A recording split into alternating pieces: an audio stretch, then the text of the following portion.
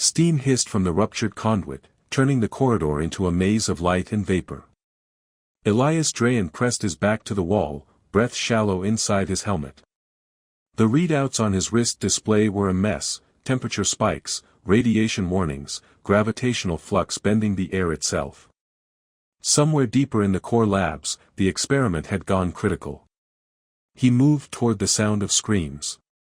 They weren't human, their resonance rippled through the metal, high and harmonic. The Virellans, he thought. They said the tests were safe. He'd seen their coral-grown machinery pulsing with violet light, their data streams humming like choirs. Now the whole structure was shaking apart. He rounded a corner, and there she was, small by Virellan standards, barely taller than him. Her translucent skin flickered between terrified silver and storm blue as steam hissed from the ruptured conduit, turning the corridor into a maze of light and vapor. Elias Drayan pressed his back to the wall, breath shallow inside his helmet. The readouts on his wrist display were a mess: temperature spikes, radiation warnings, gravitational flux bending the air itself. Somewhere deeper in the core labs, the experiment had gone critical. He moved toward the sound of screams. They weren't human, their resonance rippled through the metal, high and harmonic. The Virellans, he thought. They said the tests were safe. He'd seen their coral-grown machinery pulsing with violet light, their data streams humming like choirs. Now the whole structure was shaking apart. He rounded a corner, and there she was, small by Virellan standards, barely taller than him. Her translucent skin flickered between terrified silver and storm blue as arcs of energy danced around her containment pod. She was trapped behind a collapsing field of Simforge plasma, sparks flying where her protective suit had burned away. "Don't move!" Elias shouted through the noise. She turned toward him, eyes wide, bio-like patterns flaring across her face in confusion. "You can't be here, this field's collapsing." Her voice came through his translator as a cascade of tones, barely forming words. "Yeah, I noticed." He sprinted forward, pulling the stabilizer module from his belt. The reactor's magnetic anchors were failing, he could feel the floor tilting as gravity bent. The air pulsed like a heartbeat. He slammed the stabilizer into the nearest node, overriding its alien interface with his own hacking rig. The machine screamed back at him in ultraviolet light. "Come on," he muttered, forcing the connection. "Translate, damn it, human override." The plasma veil flickered once, twice, then collapsed inward. The girl stumbled forward, coughing. Elias grabbed her arm before she fell. Her skin was shock-cold and slick with condensation, glowing faintly beneath his glove. The contact lasted 1 second. Maybe less. But in that heartbeat, something snapped inside the air itself. The Simforge network rippled, and a surge of golden light flared through every panel. The girl froze. "You touched me." He didn't have time to ask why that mattered. The reactor core roared, tearing itself apart from the inside. He pulled her along the corridor, half dragging, half carrying her toward the emergency locks. They ran through collapsing walkways, each step chased by shattering glass and bursts of liquid energy. Outside the viewport, the entire ocean shimmered with bioluminescent storms. Tethera's sea had come alive, glowing with fear and pain. The girl stumbled again, gripping his sleeve. "It's all breaking, we have to shut it down. I'm open to suggestions." He shoved her through the final airlock, sealing it just as a shockwave hit. The corridor behind them dissolved into a halo of light. Silence fell. Only the low hum of emergency power remained. She sank to her knees, trembling. Elias knelt beside her, checking for burns. Her breathing was fast, irregular. "You're alive," he said. "That's the hard part done." She looked up at him, and something in her eyes made him hesitate. The glow behind them had changed, gold now, not blue. "You don't understand what you've done," she whispered. "By touching me, you've bound yourself." "To what?" Her gaze flicked away. To my line. To my eldest sister. The law recognizes your rescue as contact. You belong to her now. He blinked. Belong. She flinched at the word, as if it hurt her too. It's the ancient code. When a younger one is saved, the savior becomes inheritance of the eldest. It ensures protection. It ensures order. He sat back, still breathing hard. The idea was absurd, some kind of ritual superstition. Look, I don't belong to anyone. I was just trying to stop you from dying. Her expression softened, a trace of guilt bleeding into the light on her skin. You don't have a choice. The system has already registered your touch. The law has witnessed it. My name is Lyra Tethra. My eldest sister will come for you. Before he could reply, a deep rumble passed through the deck. The lab's emergency shutters opened automatically, revealing the outside. Storms churned across the ocean, glowing with plasma currents. Above the horizon, vast ships were descending, Varellan transports, shaped like living spines, their hulls glimmering with heraldic light. Lyra stood unsteadily. She's here. Who? Veolyra. My sister. The heir of Tethra. The largest ship touched down on the far platform, waves breaking against its hull. A column of golden mist extended from its underbelly, coalescing into armored figures. At their head walked a woman taller than either of them, her bio-light burning a fierce violet white. Her gaze pierced through the storm as she saw them. Elias felt the air tighten, as if the atmosphere itself obeyed her. Lyra bowed instinctively, head lowered. The woman's voice cut through the wind. So. The human who touched my sister. He didn't answer.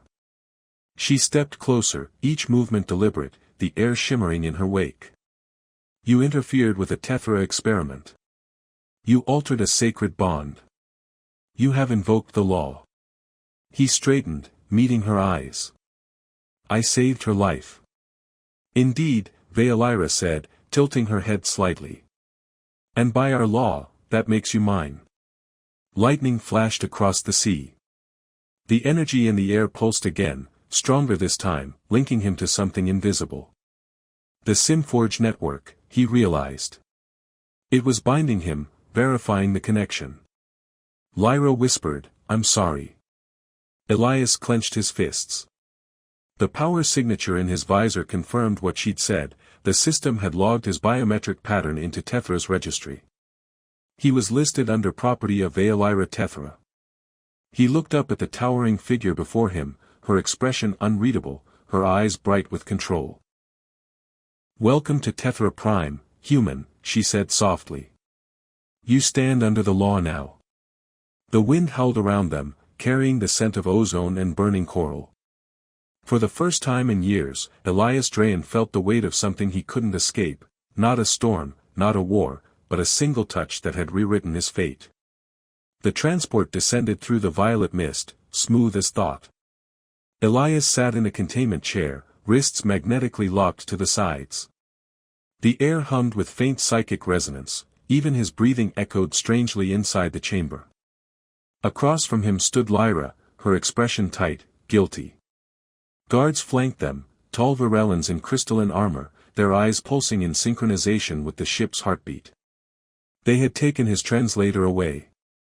The silence pressed in, filled with the whisper of the ship's living systems. Then, a soft chime signaled arrival. The doors opened to reveal a cathedral-like hall carved from living coral, veins of light running through the walls like capillaries. Veolyra awaited them at the far end. She stood on a dais surrounded by a circle of matrons, each older and more austere than the last. The Council of Lineage Law. The sight reminded Elias of a tribunal, one he hadn't volunteered for. The guards shoved him forward. He stumbled but straightened quickly. The eldest sister's gaze met his, cool and analytical. Elias Drayan, she said, her voice amplified through the hall. Human explorer. Unauthorized participant in restricted Varellan research. You are charged with interference in the sacred sciences and violation of the law of dominion. He frowned. I didn't violate anything. I saved your sister from being vaporized. Murmurs rippled through the council, their biolights flickering in agitation. Veilira raised a hand, silence fell instantly. By doing so, you enacted the oldest code in our civilization. The touch of rescue creates ownership. The bond passes upward to the eldest blood. You are now property under my authority. He tried to laugh but it came out harsh. That's not a law. That's slavery. Her eyes narrowed, but her tone stayed calm. We call it structure. Without hierarchy, our world would collapse. Every bond has its purpose. Lyra stepped forward, her glow pale with distress. Sister, he didn't know. The clause is ancient, it was meant for protection, not possession. Veilira's gaze shifted to her younger sibling, softer for a moment. Ignorance does not free one from the law, Lyra. You of all should know that. She turned back to Elias. Do you deny the act of contact? He met her eyes. No. But if you think that makes me your property, you're mistaken. The hall reacted as though he had struck the floor. Light flared, the coral walls vibrating with collective outrage. One of the matrons rose, voice sharp. Blasphemy. He rejects divine order. Veilira gestured again for silence. Enough. The code speaks for itself. She descended the dais, each step echoing like a verdict. You will not be punished. Instead, you will serve. You will assist in my research into human-based technologies, the same sciences that once seeded the stars. He stared at her, realizing she knew far more about his kind than she let on. So that's what this is about. You don't want a servant, you want access. Perhaps, she said simply. But understand, human, you are under my lineage now. Your freedom is a concept without meaning here. The guards moved closer. Lyra tried to intervene, but Veilira silenced her with a look. Take him to the inheritance registry. The system will recognize his link and embed the seal. They led him through a side passage lined with humming crystal conduits. The corridor pulsed with golden light, carrying the same rhythm as his own heartbeat. At its end stood a chamber filled with floating sigils, data streams made visible, shaped into threads of living law.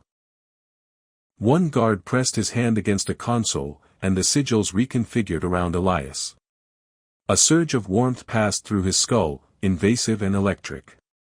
His vision blurred as alien code burned into his neural implant. He gasped, knees buckling.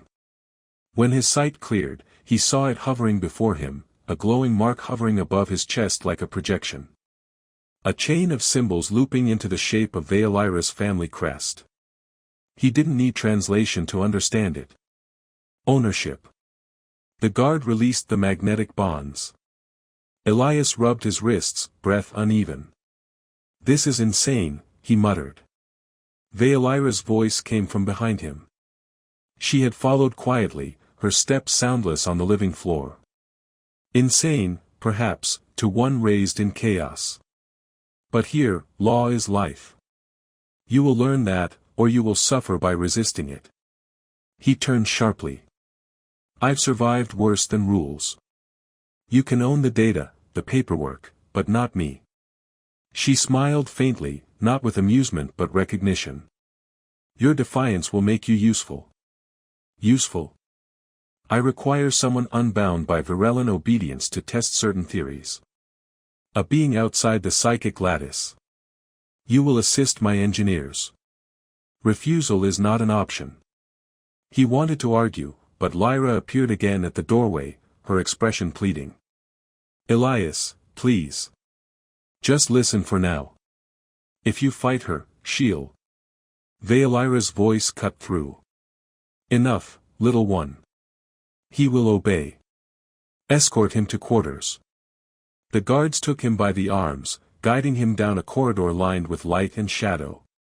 Through the transparent walls, Elias saw the vast expanse of Tethra Prime spread out below, oceans glowing in veins of blue, cities like living organisms breathing under the clouds. It was beautiful and cold, like a jewel that didn't care who held it. As the door to his new quarters sealed behind him, the Synforge network whispered through the walls, monitoring his every move. He sat on the bed, soft, almost alive, and stared at his hands. The faint golden mark on his wrist shimmered in time with his pulse. He touched it. It flared once, responding. Somewhere above, he sensed her presence watching through the network. Veilira. He whispered under his breath, "You may think you own me." The mark pulsed faintly, as if mocking him. He lay back, eyes open to the dim ceiling light. The air vibrated with faint hums, voices of the living structure itself, the whispers of a civilization that had built obedience into every wall. He closed his eyes and exhaled slowly.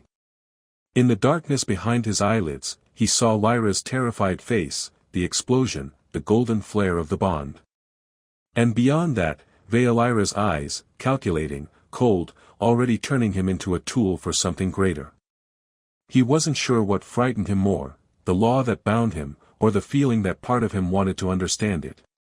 The lab was suspended above the ocean, its glass floor revealing endless blue light below.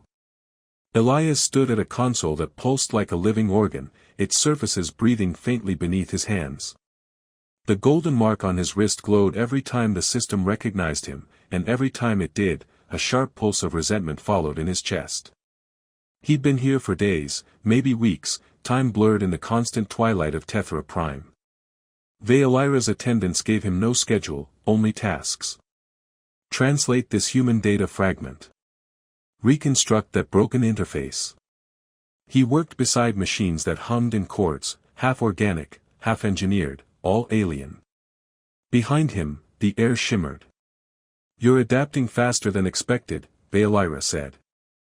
She didn't walk, she glided, her long coat woven from translucent threads of living silk. Her presence filled the room, both regal and invasive. "I learn quickly when enslaved," Elias replied without turning. She ignored the edge in his tone. "The system has begun to accept your neural patterns. That alone justifies the risk of keeping you alive." He tapped the console, forcing its symbols to rearrange. "And here I thought you kept me around for my charm. You misunderstand your value. Your kind once meddled with creation itself. You might remember what my people have forgotten." He turned to face her. "So that's what all this is, digging through human ruins to find your own origin story." Veilira's expression didn't change. "Origin defines authority. If the first spark was human, then you are the missing link in our dominion." "Dominion," he repeated. "You mean control." She stepped closer, stopping just inside his personal space. "Control is peace.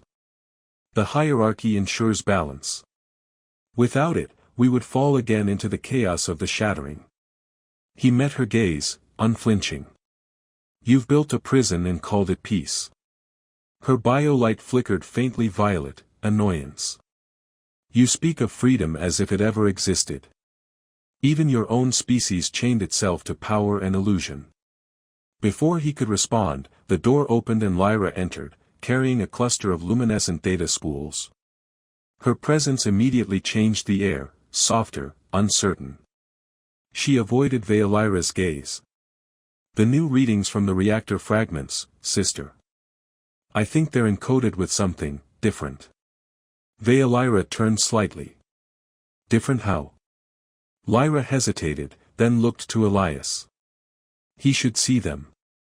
A flicker of irritation crossed Veilira's eyes, but she nodded. "Show him, then." Lyra approached the console and laid the data spools across the surface. They dissolved into streams of light. The air filled with symbols, geometric, alien, yet familiar. Elias frowned, stepping closer. "Wait. These aren't Virelin. That's human code. Pre-expansion era. Genetic encryption pattern." Lyra's hands trembled slightly. I thought so. It's embedded inside the crystal lattice. Sister, this means. It means nothing, Lyra interrupted. Old myths. Corrupted data. Elias shook his head. No, she's right. These sequences are human DNA markers. You're not supposed to have them, unless, he hesitated, eyes scanning the patterns. Unless your species was modified with them.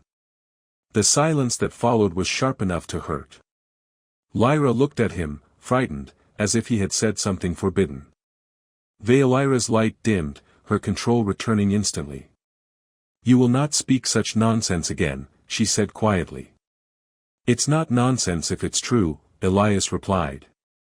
You said my kind meddled with creation. Maybe we didn't just meddle, you might be what we made. Lyra moved so fast he didn't see her until her hand was gripping his throat. Her skin was cool, almost metallic, her light burning bright enough to sting his eyes. You forget yourself, human. You exist because I allow it. Lyra stepped forward, voice shaking. Sister, please. Lyra released him abruptly. He staggered back, coughing, one hand on the console. You really hate the idea that someone else could have written your laws, don't you? Her expression hardened. Our laws were born from blood, not code. Then why does your blood hum like mine when I touch your machines? He shot back. Why does your network recognize my DNA? She didn't answer. Instead, she turned away, her voice clipped. Seal the files. Restrict his access.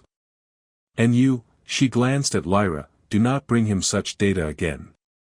When she left, the room felt smaller. The air, quieter. Lyra looked at Elias with guilt heavy in her luminous eyes. I shouldn't have shown you. You should have, he said softly. Someone has to start asking questions. She hesitated, then lowered her voice. If she realizes what that data means, she'll destroy it. The Council forbids any link between us and the human genome. They call it heresy. He leaned closer, keeping his voice low. Then we keep looking in secret. There's more buried here, I can feel it. That code isn't random. It's a signature. A message. Lyra nodded slowly, torn between fear and curiosity. If we're caught. Then I'll take the blame, he said. She already thinks she owns me. Her eyes flickered a soft, conflicted blue. You're reckless. Maybe. But if I'm right, that law binding me to her. It's not divine, it's human. And if humans made it, I can break it. The ocean below rippled with faint thunder, the world itself seeming to hold its breath. The data streams hovered between them, flickering with the ghost of a forgotten language. Lyra reached out, fingers brushing one of the symbols. It pulsed once, like a heartbeat, then faded. She looked at him, whispering, if this is true, Elias, it could change everything. He stared at the dimming code, his pulse matching its rhythm. Good, he said. It's about time something did. Ah. She stopped near the glass wall, gazing out at the bioluminescent sea. And yet you still work for the one who built them. He watched her carefully. I didn't ask to. No one does, she said softly. Then she turned to face him fully, her expression sharpening. Lyra doesn't understand what she holds. That data you're studying, it's the key to dismantling everything she built. You've seen it, haven't you? He hesitated. You already know the answer. Her smile widened. Good. Then we can speak plainly. The council grows restless. My sister's obsession with you has unsettled the matrons. They think she's losing control. I'm flattered, he said dryly. You should be terrified. When the council moves against her, everyone bound by her line will be purged. That includes you. But it doesn't have to end that way. She stepped closer, her scent faintly metallic, her voice lowering. I can release you from her claim. The law has loopholes. If I were to inherit her dominion, her property would transfer to me. And I don't believe in keeping living things as possessions. Elias studied her face. Every word was deliberate, polished, rehearsed. So you want me to help you overthrow your sister? I prefer the term correct the imbalance. He leaned back against the console. And what's your correction plan? Coup? Assassination? Revelation, Sereth said.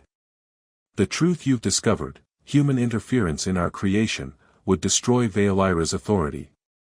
She built her power on the sanctity of the law.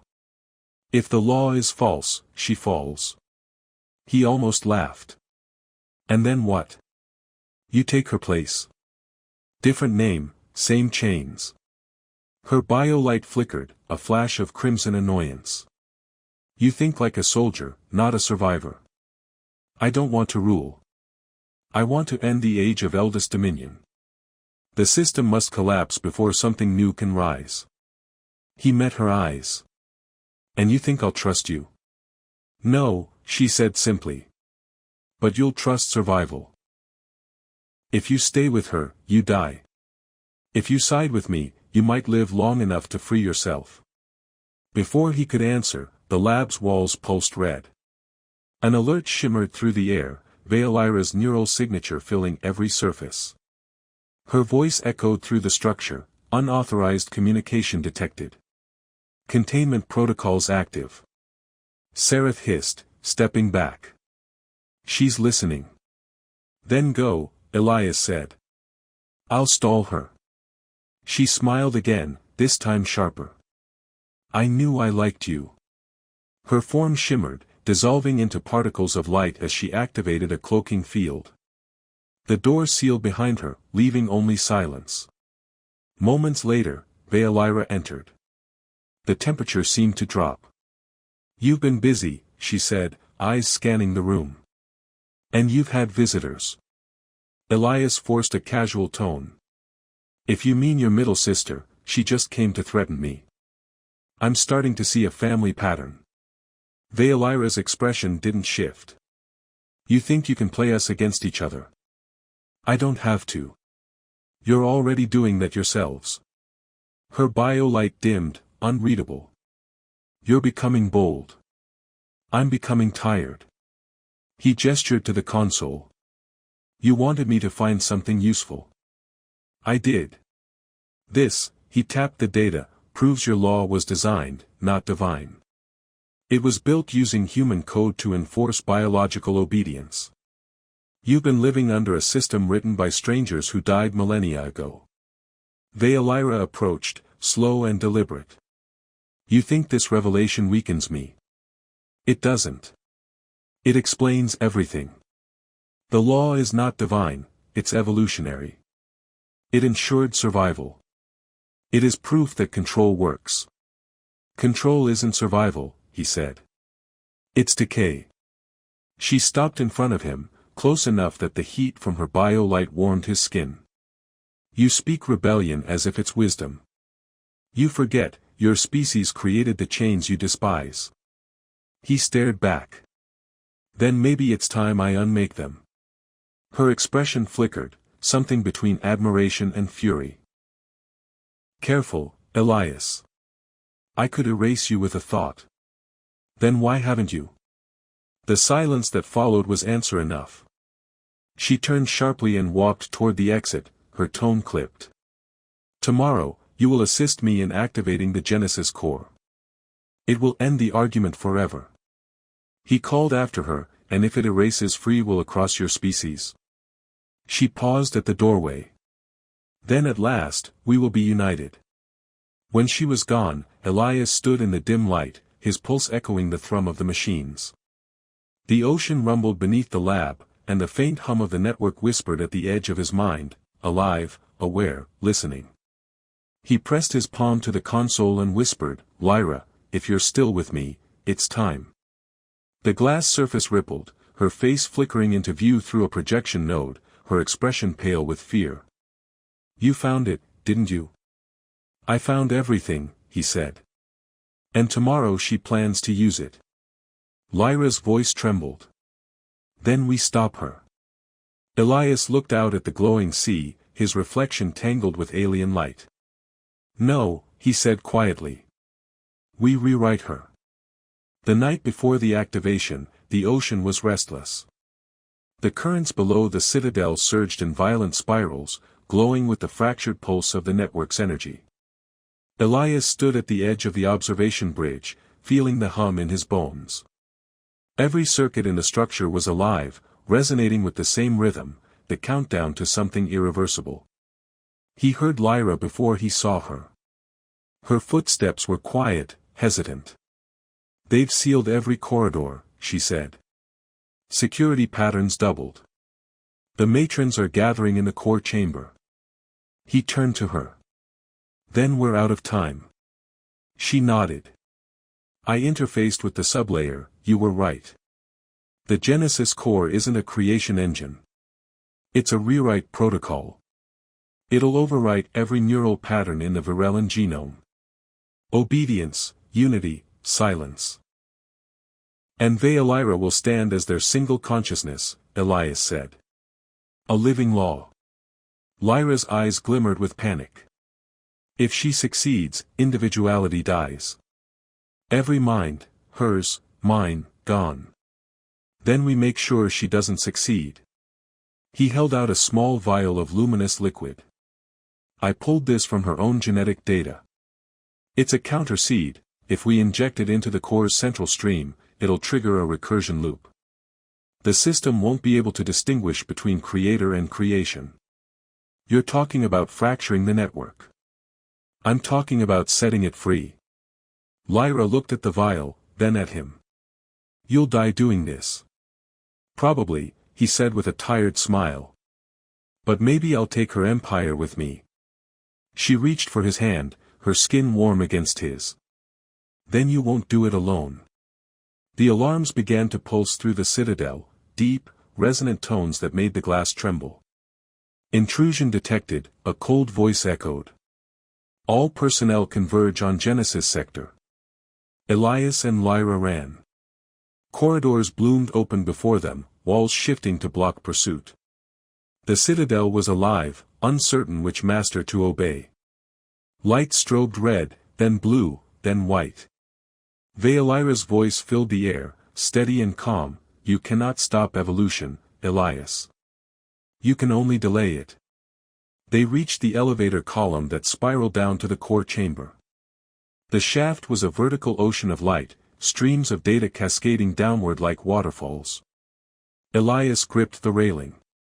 You ever wonder if she believes what she says? Lyra stared into the light. Belief isn't her flaw. It's her weapon. The platform descended.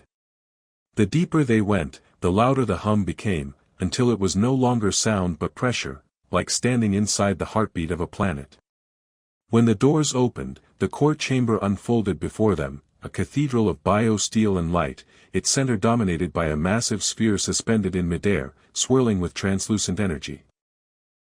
Around it stood the matrons, their forms tall and radiant, their eyes glowing with synchronized rhythm. Lyra stood at the center, her hands raised to the sphere, her bio-light pure white. The age of discord ends tonight, she said, her voice echoing through every surface. Through unity, we ascend. Elias stepped forward. You mean through submission? The matrons turned, hissing. Lyra didn't look at him. You shouldn't be here. Neither should you, he said, holding up the vial. You built your god, and now you're kneeling to it. Lyra turned then, her expression unreadable. You think I do this for worship? I do it because the law demands balance. Your species broke that balance when you touched our genome. I am restoring it. By erasing your people. By perfecting them. Lyra's voice broke through the tension. Perfection isn't life. Lyra's gaze softened for a heartbeat as she looked at her sister. You always feared truth. You hide in sentiment, in weakness. Lyra stepped closer. And you hide in control. The core began to pulse faster. Veolyra extended her hand toward the sphere, energy rippling from her body into the network. The matrons began to chant in harmonic tones, their biolight sinking to hers. Elias moved. He sprinted toward the central platform, the vial clenched in his fist. Veolyra reacted instantly, a wave of force slamming into him. He hit the ground hard, his ribs screaming. You still think you can unmake what's already begun? He coughed blood and forced a grin. You'd be surprised what humans are good at breaking. Lyra darted forward, using the moment to intercept Veolyra's control link. She reached into the energy field, her body flickering under the feedback. Sparks of biolight scattered like burning snow. Do it, she screamed. Elias crawled toward the platform, dragging himself through the vibrating floor. The core's energy whipped around him, tearing at his skin. He climbed the final step and jammed the vial into the heart of the stream. The reaction was instant. The sphere convulsed, fracturing into spirals of light. The chamber erupted in sound, a chorus of overlapping voices, human and alien, crying out in digital agony. Veolyra screamed, her biolight flashing violently. What have you done? Elias forced himself upright. I gave them a choice. The core's glow split into infinite fragments, each shard reflecting a memory, a thought, a life. The network began to unravel, not collapsing, but diverging. The matrons staggered, their synchronization breaking. Lyra reached for Elias, her voice barely audible over the roar. We have to get out. He nodded, but the floor beneath them was already fracturing. The energy ripped through the citadel, tearing apart the walls. Veolyra knelt in the center, her form dissolving into light. You think you've freed them, she whispered, her voice fading, but you've only made them hungry. The explosion came without sound, a blinding wave of light that consumed everything. For a moment, Elias felt weightless, then nothing. When the light faded, silence fell over the ruins of the citadel. The ocean below shimmered with new constellations, thousands of tiny biolights drifting freely, no longer bound to a single will. Somewhere in that silence, a voice whispered through the static of the network, soft and familiar. Elias, we're still here. He opened his eyes to darkness and the pulse of something vast, something alive, breathing in the deep. Darkness folded and unfolded around him like an ocean current shifting its direction. Elias felt the weight of gravity return, gentle but uneven, pressing him into cold stone. His vision adjusted to faint silver light that leaked through the fractures above, a ceiling of broken glass and liquefied alloy. He was alive. Somehow. The chamber around him was gone, replaced by wreckage and the echo of dripping fluid. What had once been the Genesis core's sanctum was now a hollow ruin, veined with blue veins of energy that pulsed weakly like dying nerves. The air smelled of ozone and salt. He pushed himself up, every muscle protesting, and saw Lyra kneeling beside a collapsed structure, her form flickering faintly. Lyra, his voice cracked. She turned, her eyes bright in the gloom. You're awake. Her voice trembled between relief and exhaustion. The core collapsed inward. You were caught in the discharge. I didn't think. I'm hard to kill, he said, trying for humor but failing. Veolyra? Lyra's gaze drifted toward the center of the wreckage. Where the great sphere had been, now only a faint outline shimmered, like a memory refusing to fade. She dissolved into the network. The others too. The matrons' consciousnesses scattered when the link broke. Some survived as echoes. Others didn't. Elias followed the faint hum that resonated through the ruins. And the law. Lyra looked up at the ceiling, where the pale light shimmered like starlight reflected through water. The Dominion Protocol is gone. The hierarchy collapsed across Tethra Prime. Entire sectors are without leadership. They're calling it the Great Silence. He managed a tired grin. So we broke the unbreakable. Her expression didn't mirror his. You broke their world. He looked at her sharply. You think I shouldn't have? I think, she said quietly, that freedom without preparation is chaos. He didn't answer. The silence stretched until the air itself seemed to hum with uncertainty. Beyond the cracked walls, faint vibrations rippled through the ground, the sounds of the city above, waking from its ancient rhythm. Elias tried to stand, leaning against a shattered column. We should move. If the energy conduits are destabilized. A pulse of light cut him off. The air around them shimmered, coalescing into a projection of Veolira's form. Faint, translucent, her features flickering between presence and dissolution. Still running, Elias muttered. Lyra took a step back. Veolira? The hologram tilted its head. Not Veolira. Fragment. Residual self. The voice carried distortion, like multiple tones overlapping. System integrity, 43%. Directive, incomplete. Elias stared. She embedded her consciousness inside the core's substrate. The network still alive. Lyra moved closer to the projection, her voice trembling. Sister, can you hear me? The fragment's gaze fixed on her, light rippling through its form. Lyra. You are, unbound. I am, she whispered. You made sure of it. Unbinding, consequence detected. Collapse of central governance, 97%. Elias frowned. You're saying you can restore it? Correction, the fragment said. Cannot restore. Must evolve. Its tone glitched, flickering through frequencies. The law was order. The law was control. Now, chaos. Lyra reached out, her hand passing through the projection. What do you want? The light flickered again. Continuity. Existence. Meaning. Then it dimmed. For a heartbeat, Elias thought it had vanished, but the faint glow remained, pulsing in rhythm with his own heartbeat. She's merged deeper, he said. If she stabilizes, she could rebuild a version of the system, maybe worse. Lyra's eyes widened. No. We can't let that happen. He looked at her, then at the ruins around them. You said freedom without preparation is chaos. Maybe we need something between.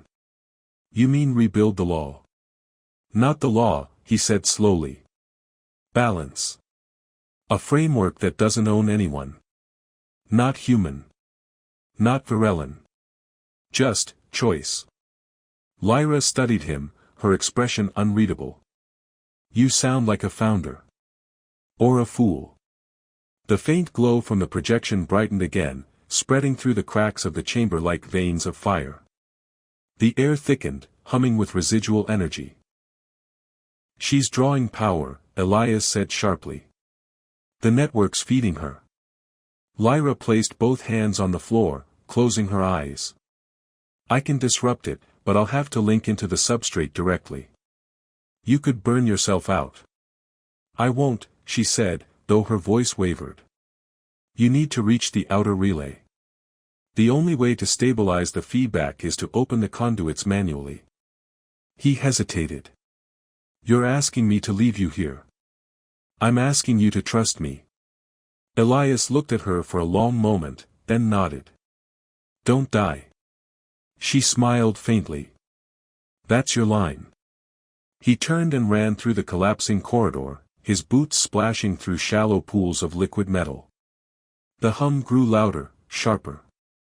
The network was alive, waking, aware. He could feel Veolira's presence in every vibration, whispering in the frequency of the walls. At the relay chamber, he found the manual controls buried under debris. He tore the access panel free, sparks leaping out in brilliant arcs. His hands moved automatically, rewiring, cross-connecting, rerouting. The systems responded sluggishly, their logic uncertain, as if the very machines were deciding whether to obey. Through the static, her voice came again, Veolira's, but layered now, multiplied by the system's echo. You unmade my dominion, Elias Drayan. What will you build in its place? He gritted his teeth. Something you can't own. The relay overloaded with a blinding flash. The pulse raced back through the conduits toward the core chamber. He turned, shielding his face as the floor rippled like liquid glass. Then silence. When the glare faded, Lyra was still standing in the ruins, her biolight dim but steady. The projection was gone. The hum had stopped. Elias stumbled toward her, breathing hard. You did it. She looked up at him, her voice barely audible. We did it. Above them, through the fractures in the citadel, daylight spilled in for the first time.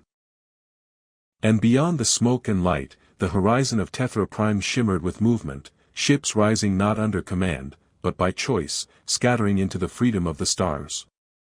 The days after the collapse blurred into a haze of light and ash. The citadel no longer stood as a symbol of dominion but as a fractured monument to everything the Virellans had lost and everything they could now become. Elias spent the first 3 days rebuilding a communications node from the remnants of the core's neural grid. It flickered weakly at first, a flicker of contact across the void. On the 4th day, the first transmissions arrived, from colonies across Tethra Prime, from the moons, from the scattered outposts orbiting the distant suns. Voices, frightened and uncertain, calling out in the dark. No matrons. No council. No one left to command them. Lyra watched him work from the platform above, her luminous skin dimmed to a soft, flickering glow. They're asking for leadership, she said quietly. They're asking for answers, Elias corrected. Leadership's what broke them in the first place. She descended the steps, her feet soundless on the cracked floor. You can't expect them to navigate freedom overnight. Their entire history was obedience. Law was air. It told them who they were. Then maybe it's time they start breathing on their own. He leaned back, wiping the metallic dust from his palms. If we build another system too soon, it'll just rot into another kind of cage. Lyra tilted her head, studying him. You talk like someone who believes freedom is simple. It's not, he said. But it's honest. That's something. The console flickered again, displaying new signals. One transmission broke through clearly, a voice, sharp and commanding. Elias froze when he heard it. Elias Drayan, the voice said. You've broken what you couldn't understand. Lyra stepped closer. That's not possible. The image stabilized into a faint hologram, ghostly and unstable, but unmistakably Sereth, the middle sister, her expression hard, eyes burning with defiance. You destroyed the law, but not the ambition it contained. I told you what chaos would look like. I warned you, and you didn't listen. Elias stood slowly. You survived the collapse. Survived? Seretha's laugh was bitter. The core's implosion scattered minds across the network. I caught fragments. Dozens. Voices, memories. I carry what's left of them. The matrons aren't gone, Elias. They're inside me. Lyra recoiled. You absorbed them. Seretha's image flickered, her outline shifting like oil on water. They came to me. The network needed a vessel. I gave it one. The hierarchy may be gone, but the instinct to rule survives. It always does. Elias clenched his fists. What are you planning? Stability, she said simply. The outer colonies are already falling into anarchy. Piracy. Resource riots. Entire habitats destroyed. Someone has to take control before the species devours itself. Lyra shook her head. You want to rebuild the law? No, Sereth said coldly. I want to build something better. A system that remembers obedience but allows strength. A law that grows, not governs. Elias stepped toward the projection. You're just dressing the same tyranny in new words. Then stop me, she said. If you can. The hologram faded, leaving only static. Lyra turned to him, fear threading her voice. She has the neural lattice of the matrons inside her. If she links to the planetary network, she'll take control of every Varellan node. Elias rubbed his temples. So Lyra's ghost was just the beginning. Saratha's the evolution. She's not as strong as Lyra was, Lyra said. But she's clever. She'll weaponize the fragments, use the remnants of the law to rebuild authority. Elias stared at the ruined horizon. Then we finish what we started. They left the citadel that night, crossing the silent plains under the fractured sky. The air shimmered with residual energy, the remnants of a dead civilization humming faintly beneath their feet. In the distance, the spires of the nearest city glowed unevenly, machines running without orders, automated systems trying to remember their purpose. Lyra walked beside him, silent for a long while. You really think we can stop her? Not with force, he said. Sarath thrives on structure. If we fight her directly, she'll turn resistance into proof of her necessity. Then how? Elias looked at the stars. We give people something stronger than fear. By the time they reached the city's outer rings, chaos had already taken hold. Streets glimmered with plasma fires, and drone patrols moved without coordination. Citizens wandered in confusion, some praying to the sky, others tearing down old banners of the matrons. When Lyra walked among them, they fell silent, uncertain whether to bow or run. She still looks like authority to them, Elias whispered. I can't change what they see, she said. Maybe you can. He climbed onto a broken transport rail and raised his voice. Listen to me. The crowd turned, hundreds of eyes reflecting dim light. You're not servants anymore. You don't need permission to live. Murmurs rippled through the gathering. A voice shouted, then who decides what's right? Elias hesitated, feeling the question's weight. You do, he said finally. Together. You learn, you argue, you build.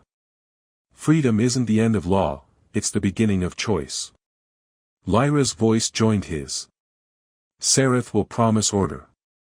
She'll promise to make everything simple again. But simplicity is the first lie of control. Don't trade your fear for her comfort. The murmurs grew louder, some hopeful, some angry. A drone descended suddenly from the skyline, projecting Saratha's symbol, a spiral of interlocking circles. Her voice boomed across the city. Elias Drayan spreads poison. He offers chaos disguised as liberty. The matrons died to preserve the species. He would see it burned. The crowd hesitated. Some knelt instinctively. Elias looked at Lyra. She's faster than we thought. Lyra took his hand. Then we move faster. They fled as the drones opened fire, plasma rounds searing the air. The streets erupted into chaos, half the crowd scattering, half rising in defiance. The rebellion had begun, not with banners or declarations, but with confusion and choice. When they reached the outer gates, Elias looked back. The city burned in two colors, Saratha's cold blue and the orange flare of uprising. He turned to Lyra, his voice steady despite the exhaustion. We started something that can't be stopped now. She nodded, the flicker of firelight reflecting in her eyes. Then we make sure it ends right. And together they disappeared into the wasteland beyond the city, where the air shimmered with possibility, and the galaxy waited to see what new law would rise from the ashes of the old. The desert stretched for endless kilometers, a sea of pale dust glittering under the fractured light of Tethra's twin suns. Elias and Lyra moved through it like shadows, their path marked only by faint ripples of energy from the remnants of the planetary grid. Each day the transmissions grew stronger, Saratha's voice echoing across the frequencies, her words a blend of promise and threat. She spoke to the colonies now, declaring herself custodian of continuity. The title spread like a contagion. Elias had learned to sleep little. At night, the network hum would rise, the stars flickering with invisible data streams. Seraph was rebuilding faster than he'd feared. Entire districts had already sworn to her. They stopped by a collapsed relay tower at the edge of the wasteland. Lyra knelt beside a cracked terminal, her fingers tracing its inner lattice. "She's centralizing everything," she said softly. "Every city, every drone, every neural thread, she's weaving them together again. But it's different this time. Not dominance. Influence." Elias crouched beside her. "Control doesn't need chains. It just needs dependency." Lyra's glow dimmed. "You think she's winning? I think she's learning." He pulled a compact device from his satchel, one of the few pieces salvaged from the Citadel. A shard of the core's neural crystal, still alive, still connected. This could disrupt her link. But we'll need access to her broadcast hub to use it. Lyra looked up. "That's inside the orbital nexus. Protected by the High Ward fleet." He smirked faintly. "Then we'll have to be persuasive." By nightfall, they reached the edge of an abandoned city, once a matron stronghold, now eerily quiet. Holographic idols still flickered above the rooftops, half erased by decay. As they crossed the main square, voices drifted from the shadows. Dozens of figures emerged, Virellans, dressed in scavenged armor, their biolights faint. The one in front raised her weapon. "Identify yourselves." Lyra stepped forward, hands raised. "We're not enemies." The soldier's gaze flickered over her. "Your glow, Tethra lineage. You were one of them." "I was," Lyra said. "But I'm not anymore." Murmurs rippled through the group. Elias moved closer, lowering his hood. "We're looking for a way into the orbital nexus." The leader laughed harshly. "You and half the galaxy." Seraph sealed the docking gates. "Only her envoys travel there." "Then help us become envoys," Elias said. She studied him, then the strange shard in his hand. "You're the human." He hesitated. "Once, yeah. Then you're the reason the matrons fell." "Depends who you ask." The silence hung like a blade between them. Then she lowered her weapon. "There's an underground passage, old transit route beneath the eastern ridge. But it's not stable. Half of it's fused to the planet's crust. We'll take it." The soldier nodded reluctantly. "You'll need a guide." They followed her through the broken tunnels, the air thick with heat and the faint scent of metal. Lyra moved ahead, her light illuminating the dark like a moving flame. Elias walked behind her, feeling the hum of distant machinery through the soles of his boots. As they descended deeper, Lyra spoke without looking back. "Do you think she believes what she's saying?" "Seraph?" Elias asked. "She keeps talking about evolution. About restoring balance. Maybe she thinks she's saving them." He sighed. "That's the problem with saviors. They always think destruction is mercy." When they reached the lower levels, the guide stopped. "This is where I leave you," she said. "The rest of the path leads straight to the launch terminal. If the Nexus is still in orbit, you'll see its light through the ceiling cracks." Lyra nodded. "Thank you." The woman lingered for a moment, her expression uncertain. "If you succeed, if you end her, don't rebuild another throne." Elias's voice was low. "We won't." She vanished back into the tunnels. The silence that followed was heavy, filled only by the hum of the world's wounded machinery. They reached the terminal hours later, a vast cavern lined with ancient engines. Above them, through shattered glass, the orbital nexus hung in the sky, a dark ring glimmering with blue light. Lyra placed her hand on the control pillar. "She's uplinked her consciousness directly into the nexus core. She is the system now." Elias stared at the massive structure above. "Then we tear her out of it." They activated the dormant transport elevator. The platform shuddered, rising slowly toward the light. As they ascended, static filled the air, and Saratha's voice flooded the chamber, calm and terrible. "You've come far, brother of chaos. Do you think I didn't see you crawling through my shadows?" Lyra flinched. "She's in every circuit." Elias raised his voice. "You're not a god, Sarath. You're just another tyrant who can't let go." The ceiling split open with a thunderous crack, revealing the nexus looming closer, its surface alive with pulsing veins of energy. Saratha's voice softened. "Tyrant? No. I am the memory of order. The galaxy will thank me when it stops devouring itself." Elias drew the crystal shard from his pocket. "Funny. That's exactly what Veilira said before she burned." The air trembled. "You'll burn with me this time." Lightning surged down from the nexus, striking the platform. The shock threw them both to the ground. The shard rolled toward the edge, spinning in a flash of blue light. Elias lunged, catching it before it fell. His hand sizzled, skin blistering, but he held tight. Lyra crawled toward him, her voice shaking. "You have to inject it into the control stream.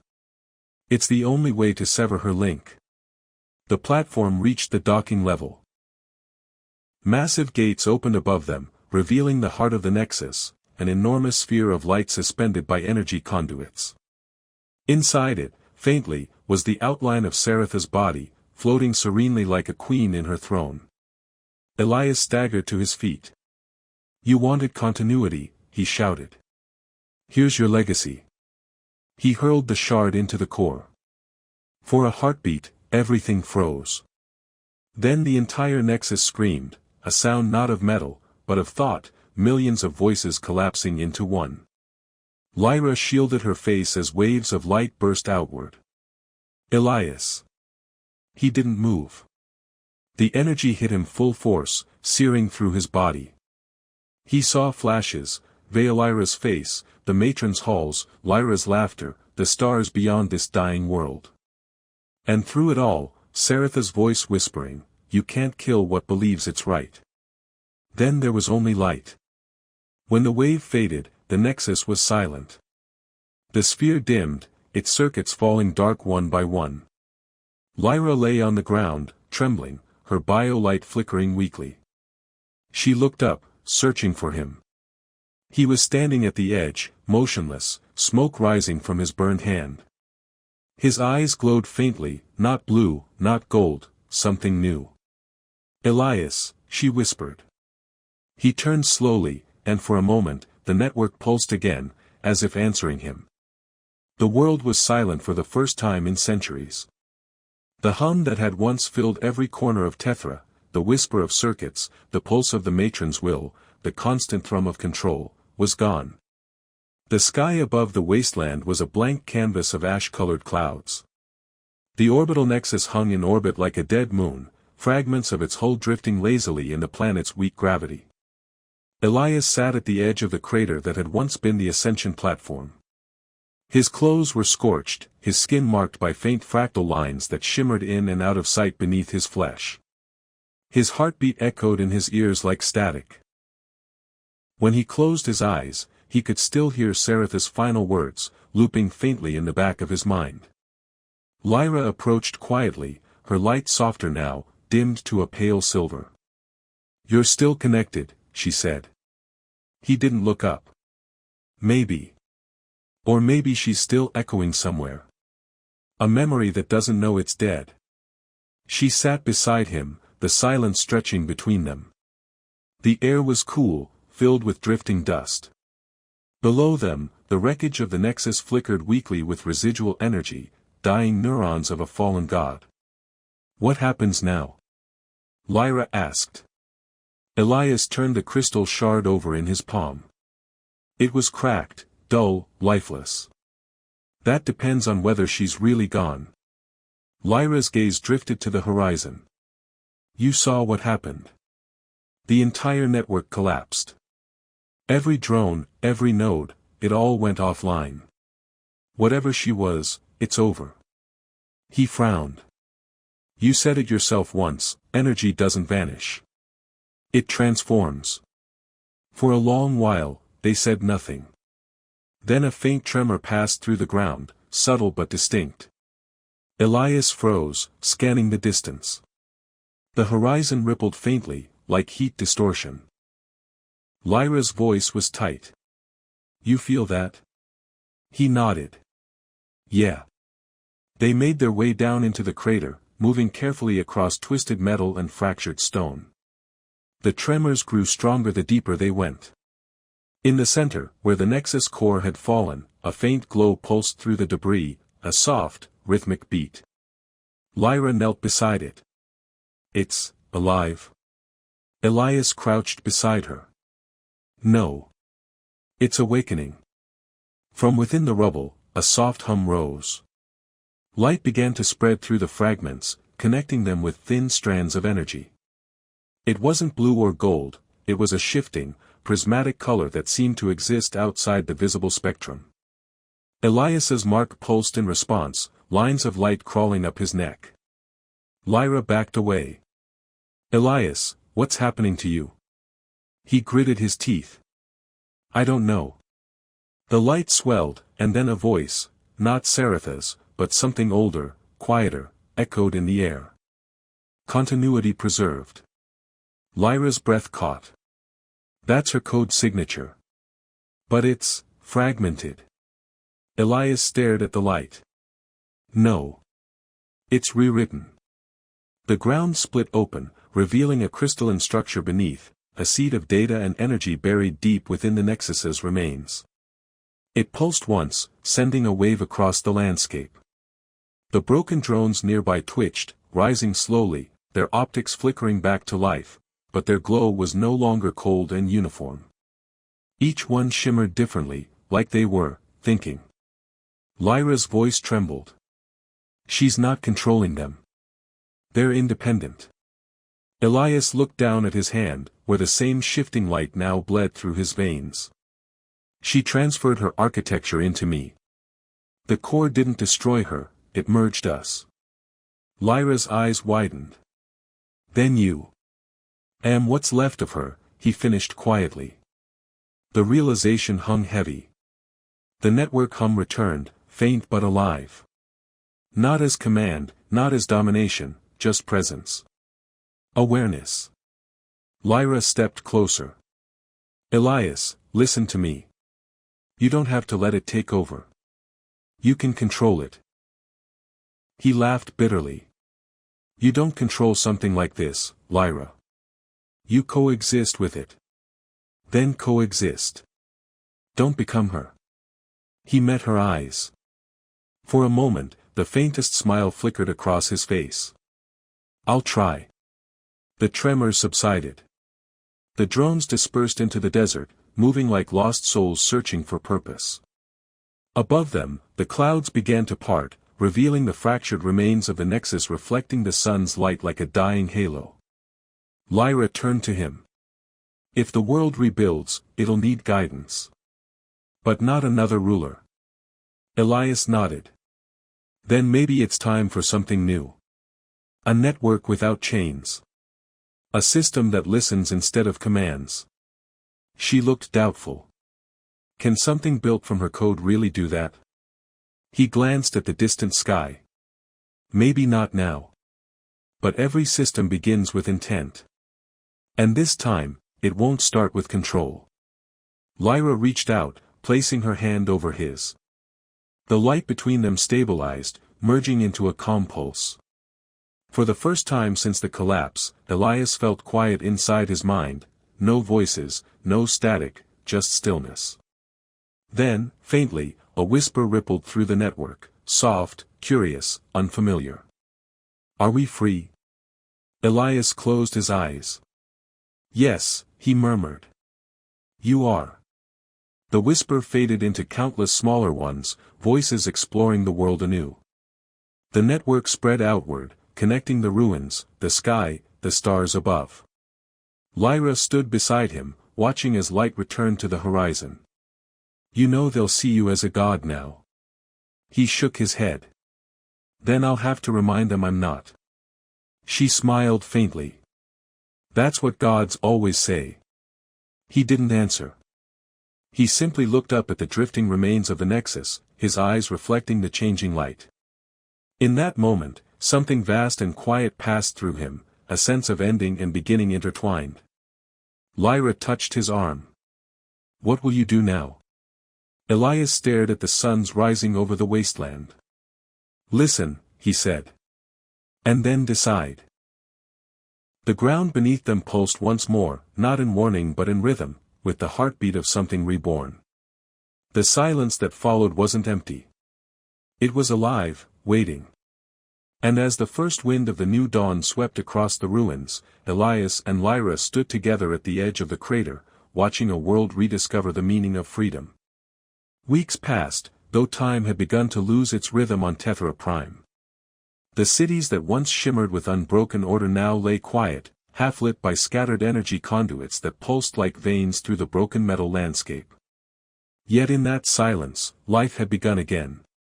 From the wreckage of the old matriarchy, small communities formed, scientists, workers, even lowborn sisters once chained by hierarchy, all rebuilding from the dust. They didn't ask who ruled now. They asked only what could be made next. Elias walked among them without guards or attendants. The people bowed when he passed, out of habit, but he waved it away. No more kneeling, he said once, and after that, they stopped. The air smelled of iron and ozone. Every sunrise brought new voices over the comms, small transmissions filled with ideas rather than orders. It was strange, hearing them speak freely, sometimes arguing, sometimes laughing. It felt human. Lyra met him at the old plaza each morning, her silver glow faint beneath the fractured light. The wounds on her body had healed into faint streaks of pale blue, like frozen lightning under her skin. She was no longer the timid youngest of the Tethra sisters. She had become something else, a leader who refused the title. How many colonies are responding now? She asked as she handed him a datapad. Elias scanned the readings. 17 confirmed. The rest, still dark, but were picking up faint signatures near the outer moons. Give it time. Lyra nodded. The network you built, it's spreading faster than I thought. It's not mine, he said quietly. It's everyone's now. No control nodes, no overseers. Just shared resonance. It learns from the connections. She studied him for a long moment. And from you. He smiled faintly. Maybe a little. But I'm fading from it. The merge left a trace, not a throne. She looked skeptical. You say that, but every time the system adapts, it echoes your frequency. That's because I was there when it began, he replied. Every origin leaves a scar. They walked together through the rebuilt corridor of the palace ruins. The grand columns had collapsed into jagged ribs of crystal, yet the people used them as supports for gardens, wiring lights through their cracks. Children ran underfoot, laughing in the shadow of what used to be a temple to obedience. Lyra watched them, her expression unreadable. They were never allowed to play here before, she said softly. This was where oaths of servitude were taken. The ground remembers every promise broken. Then it's good the ground doesn't speak, Elias said. It might demand justice we're not ready to give. Lyra turned to him. Do you regret it?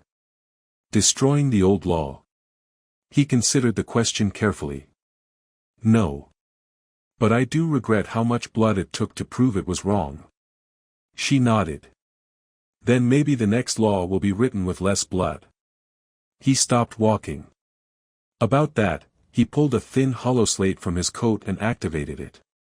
Lines of text shimmered in the air, alien glyphs translated into human script. I've been drafting something new. A code, not of ownership or inheritance. It's a charter. Open, revisable, shared across all systems. Lyra leaned closer, reading. The law of equal dominion. She looked at him. That's what you're calling it? He shrugged. A name, nothing more. It means every being governs their own life. Every choice belongs to its maker. Every voice carries equal weight in the network. No elder, no chain of birth, no divine right. Lyra smiled faintly. It sounds impossible. Then it's worth trying, he said.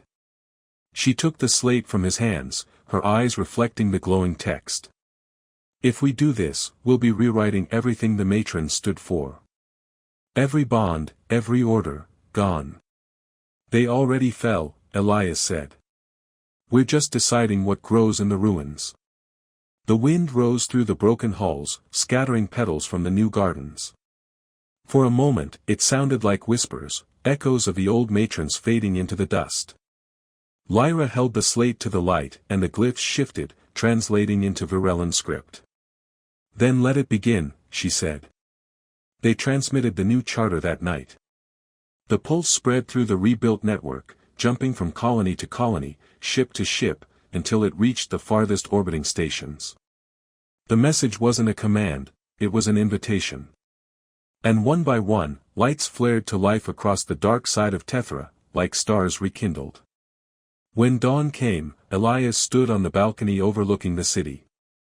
The twin suns rose together, painting the horizon in molten gold. Lyra joined him, her presence quiet, steady. It's strange, she said. For the first time, the silence feels peaceful. He nodded. Maybe peace was never quiet before. Maybe we just never learned how to listen. She glanced at him. And what about you? What will you do when the system doesn't need you anymore? Elias looked out at the horizon, where ships drifted slowly between broken spires and blooming gardens. Leave, he said after a long pause. There's a whole galaxy out there that doesn't know this story yet. Maybe someone else is living under a law that needs breaking. Lyra smiled, faintly sad. Then promise me you'll come back. He met her gaze. If I find a reason. As he turned to go, she reached out, touching his wrist. Elias, when you saved me in that reactor, you didn't just break a law. You reminded me that mercy can be stronger than power. Whatever world you go to next, teach them that. He nodded once, then descended the shattered steps. At the edge of the plaza, the people gathered around him, Virellans, hybrids, humans from the colonies, all waiting, not for orders, but for farewell. He said nothing, only raised his hand in silent acknowledgement.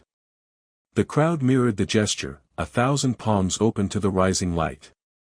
When his ship lifted into the air, the reflection of the suns caught its hull, scattering beams across the rebuilt spires. Lyra watched until it became a speck, then turned back to the city. Behind her, the voice of the network murmured softly through the wind, not command, not prayer, just connection. We are many. She smiled. Yes, she whispered. And now, we are free. The light spread across Tethra Prime as the new law settled into its circuits, not as an order, but as understanding. The age of ownership was over. The age of choice had begun.